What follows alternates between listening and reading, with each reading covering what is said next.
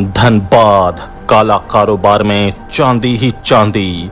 साल में 1642 करोड़ रुपए का अवैध कारोबार, अवैध कोयला कारोबार, वर्चस्व की जंग, छापेमारी केवल खाना पूर्ति। नमस्कार, आजाद सिपाही विशेष में आपका स्वागत है। मैं हूं राकेश सिंह। देश में खनन क्षेत्र से जुड़े अवैध कारोबारों में कोयला का काला कारोबार हमेशा से ही नंबर 1 पर रहा है। हिंदुस्तान में माफिया शब्द का जन्म और प्रचलन देश की कोयला नगरी कहे जाने वाले धनबाद से ही हुआ है। आज भी धनबाद में इस अवैध कारोबार का महाखेल सत्ता, राजनीति और कंपनी लूट के 2 मजबूत पहियों पर संचालित हो रहा है। ये कितने दिनों तक स्थायित्व ग्रहण किए रहेगा, इसकी भविष्यवाणी फिलहाल तो संभव नहीं है। कारण सरकार हो या फिर पुलिस के आलाधिकारी कुर्सी संभालते ही सबसे पहले धनबाद में कोयला चोरी पर पूर्ण रोक लगाने की बात करते तो हैं, लेकिन जमीनी हकीकत इससे कोसों दूर है। भाजपा की सरकार हो या फिर यूपीए की, धनबाद में कोयला चोरी पर कोई सरकार अंकुश नहीं लगा पाई है। एक आकलन के मुताबिक धनबाद जिले में बीसीसीएल और ईसीएल की खदानों से हर रोज करीब 10,000 टन से ज्यादा कोयला अवैध रूप से निकाला जाता है, यानी 5,000 रुपए प्रति टन के हिसाब से 4.5 करोड़ रुपए कीमत का कोयला अवैध रूप से निकाला जाता है। कोयले का ये काला कारोबार धनबाद में अभी भी जारी है। कोयले की इस अवैध कारोबार को खंगालती आजाद सिपाही के धनबाद ब्यूरो चीफ मनोज मिश्र की रिपोर्ट। इन दिनों धनबाद में फिर से कोयला चोरों की चांदी है। हर क्षेत्र से पुराने और नए कोयले के अवैध धंधेबाजों ने पुलिस के संरक्षण में धंधा शुरू कर दिया है। इनको राजनीतिक और प्रशासनिक सुरक्षा कवच प्राप्त है। हालांकि पुलिस आए दिन धनबाद जिले के विभिन्न क्षेत्रों में छापेमारी कर कोयला पकड़ने का ढिंढोरा भी पीट रही है। लेकिन सच्चाई ये है कि छापेमारी के फौरन बाद उन जगहों पर फिर कोयला चोरी शुरू हो जाती है। रात के अंधेरे में कोयला लदी गाड़ियां जिले की तमाम सड़कों पर फर्राटें भरती हैं। इस दौरान कोयलरी से लेकर भट्ठों तक गाड़ियां कई थाना क्षेत्रों से गुजरती हैं, लेकिन मोटी रकम लेकर थाना प्रभारी और पुलिस आंख मूंद लेती है। अब सवाल उठता है कि आखिर कोयले के अवैध कारोबारियों को किसका वरदहस्त प्राप्त है? सरकार की गुप्तचर एजेंसियां क्या कर रही हैं? कोयलांचल के आम और खास इस बात पर हैरान हैं कि एक बार फिर से अवैध कोयला कारोबारी तेजी से सर उठाए हुए हैं। इसकी जानकारी सभी को है, लेकिन कार्रवाई शून्य। सवाल उठ रहे हैं कि आखिर किसकी शह पर निरसा और झरिया क्षेत्र में सक्रिय सिंडिकेट कोयला का अवैध कारोबार जारी रखे हुए है, जबकि इस पर अंकुश लगाने के लिए डीसी संदीप सिंह ने अलग से प्रशासनिक अधिकारियों की टीम बना रखी है।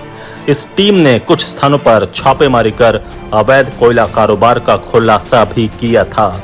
बावजूद इसके निरसा और झरिया में सक्रिय सिंडिकेट की सेहत पर कोई असर नहीं पड़ा है। कोयला के अवैध कारोबार से अभी जीटी रोड गुलजार है। साइकिल से कोयला पहुंचाने वालों से इनका टारगेट पूरा नहीं हो रहा तो बंद पड़ी खदानों को इन्होंने टारगेट कर रखा है। कथित तौर पर एक सीनियर आईपीएस अधिकारी से नजदीकी के कारण बहुचर्चित सेटिंग गेटिंग के मास्टरमाइंड कहे जाने वाले मैनेजर राय का जलवा चरम पर है। उनके गुर्गे रमेश गोप और रवीश गुप्ता भी कोयले की काली कमाई की गंगा में खूब डुबकी लगा रहे हैं। मैथन में संजय अग्रवाल और चंदन अग्रवाल नामक व्यक्ति द्वारा 2 अवैध भट्ठा संचालित हैं, जबकि एक और भट्टा का संचालन मैनेजर राय का गुर्गा ही कर रहा है।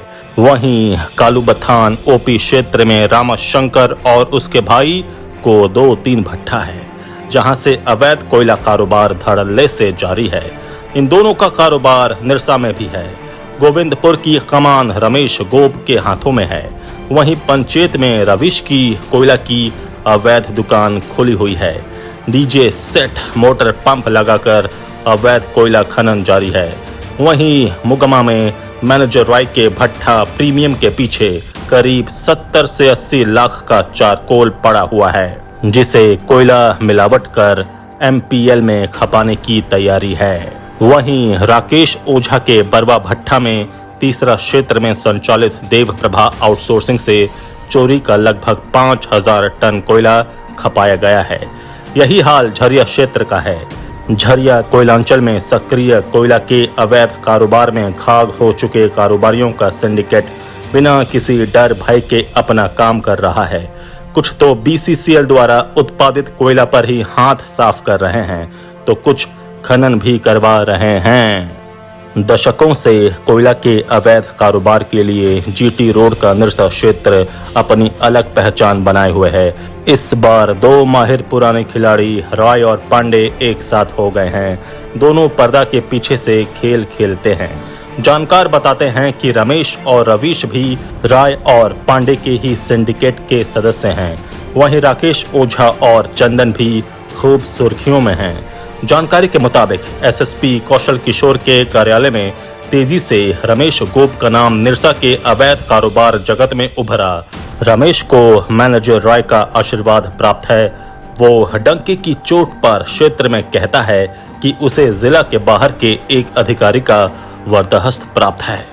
वहीं रवीश तो लंबे समय से अधिकारियों की सेवा करने, मुखबिरी करने में महारत हासिल किए हुए है। अवैध कारोबार में वो पंचायत प्रभारी के रूप में ख्यात है। वहीं एक इंपोर्टेड चंदन की भी खूब चर्चा है। कोयला के अवैध कारोबारियों से सारा डीलिंग यही शख्स करता है, पेमेंट भी यही उठाता है और फिर ग्रीन सिग्नल भी यहीं से मिलता है। GT रोड के एक होटल में चंदन का बसेरा है। दरअसल चंदन मोहरा है, वो किसी दूसरे के लिए काम करता है।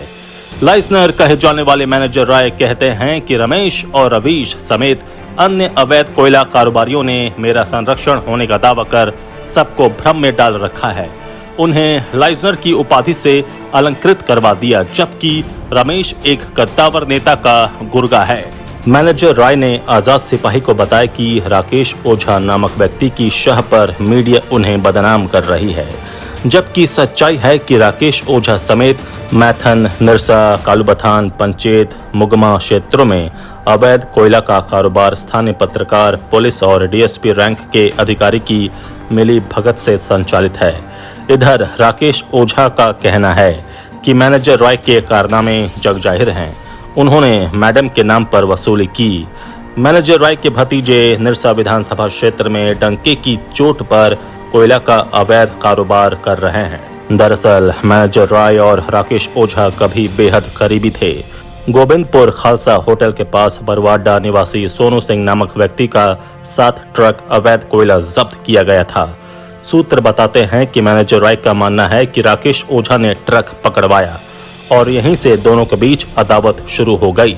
सभी ट्रक सिंदरी के तिवारी की थी, ये कहा जाता है। पिछले दिनों बलियापुर थाना क्षेत्र के गोलमारा में 2 दिनों में 150 टन कोयला जब्त की कार्रवाई भी राय और ओझा के बीच चल रही अदावत का ही नतीजा माना जा रहा है। इस मामले में गोलमारा के ही 2 व्यक्ति प्रताप सिंह एवं देवानंद सिंह के खिलाफ केस हुआ है। इधर बस्ता कोला में इन दिनों कोयला चोरी को लेकर 2 पक्षों में तनाव है। राजापुर से BNR साइडिंग मार्ग में चलने वाले हाईवा से कोयला उतारकर बस्ता कोला में जमा किया जाता है। एक पक्ष चोरी में वर्चस्व कायम करना चाहता है। धंधेबाज जमा कोयले को हाईवा से रात में गोविंदपुर इलाके के भट्ठों में खपाते हैं। पुख्ता सूत्रों के मुताबिक धनबाद में पुलिस की हरी झंडी मिलने के बाद कोयले का अवैध कारोबार शुरू हुआ है। करीब 15 थाना क्षेत्र के अंतर्गत रात के अंधेरे में 12 और 14 चक्का ट्रकों में अवैध तरीके से जमा किया गया कोयला लोड किया जा रहा है।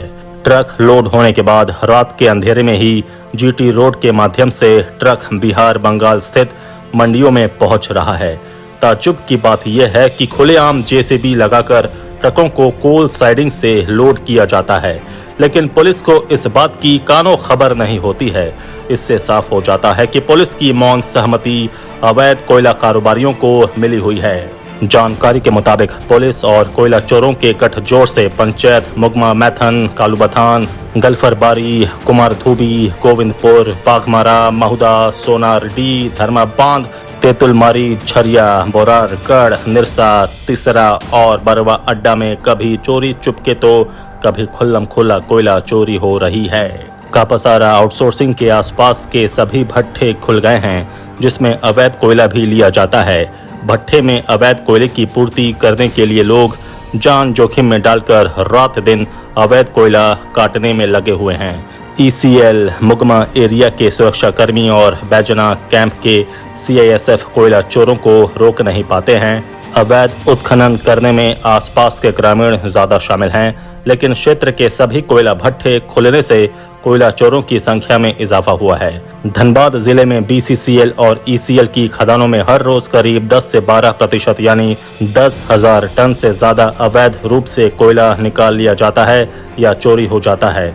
5,000 रुपए प्रति टन के हिसाब से इस कोयले की कीमत 4,500 करोड़ रुपए है, यानी साल का करीब 1,642 करोड़ रुपए का कोयला का काला कारोबार है धनबाद के अवैध कोयला माफिया का।